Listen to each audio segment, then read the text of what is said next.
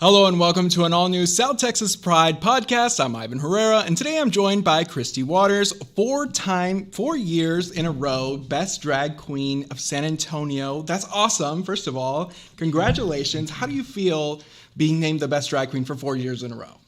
It means a lot that it's coming from the city of San Antonio, that it's the people here that are voting for the Best of SA. So it really means a lot that it's something that I do. I get some recognition from the people here. So. Awesome. And I know you have a huge announcement, but first, tell me a little bit about your drag career, how it's progressed, and what made you, quote, the most expensive water in San Antonio. So I've been doing it about 17 years. It'll be 18 in October. Will be my 18 years of doing this. Started in Corpus. Never really wanted to do it, and then it just kind of became a thing, and it just never ended, and I'm still here. That's awesome. The most expensive water, jokingly, a friend of mine was in town, and she was the one that kind of came up with it. Her name's Chantel DeMarco from Chicago, and during the show, she goes, "Give it up for the most expensive water." And we've always made the joke that I'm the most expensive because you can get a water for $1. But that's where it came from. Oh, okay, okay. So, I know you started off as a teacher, and what made you get into drag? How did you go from teacher to drag? So I was teaching.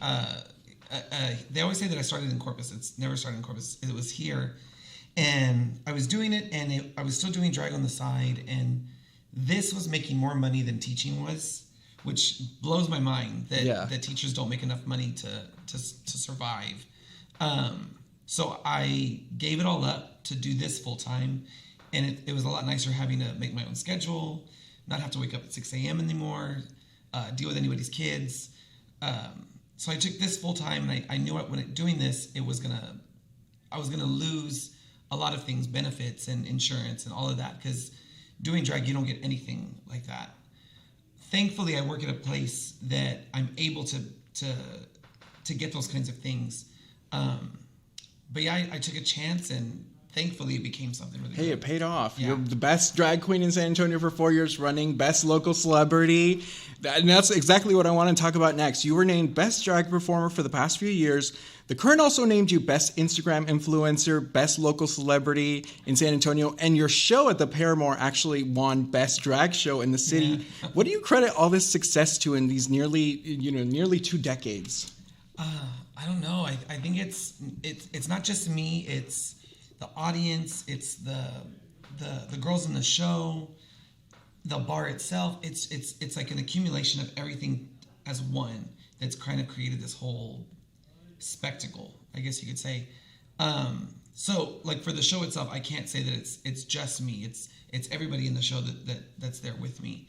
It's the bartenders. It's the bar. It's all one element that makes it the best of the city.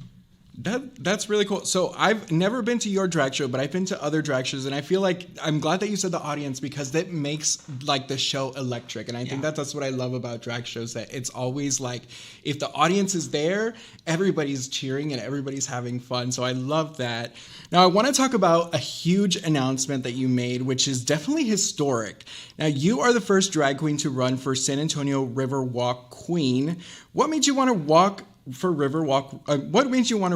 Riverwalk royalty, and what do you hope to gain out of this experience? So I'm really excited about it because, as I said, I am the first drag performer that has ever thought about doing this, or even put a little bit of work into trying to get nominated for it.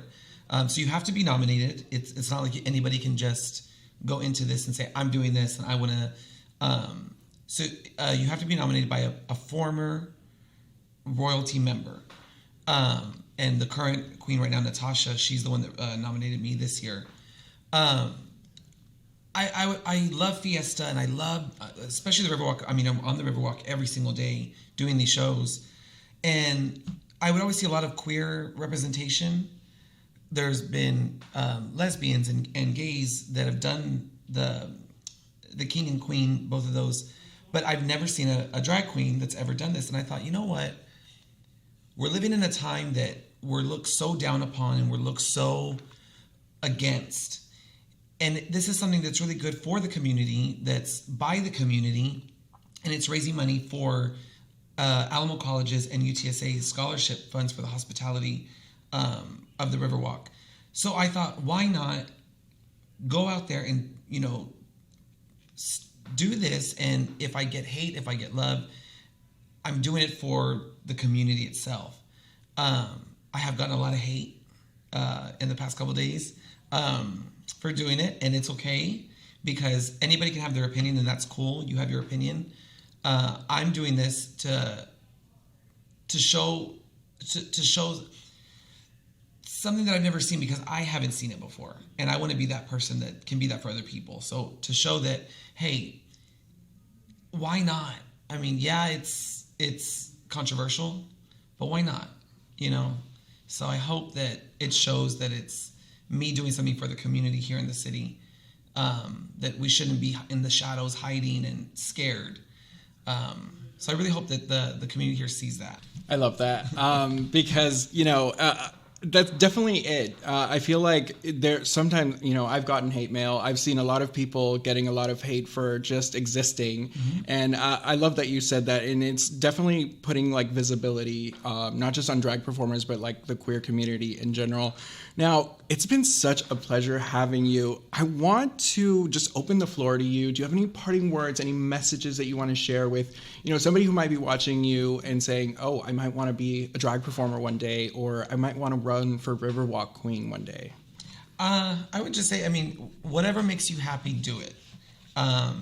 You're always going to get some sort of judgment from somebody. And at this point, if they're not paying your bills, pay them no mind. RuPaul's the one that says it the best, if they're not hurting you, if you're not bothered by something, don't worry about it. Like if it's not your liking, change the channel.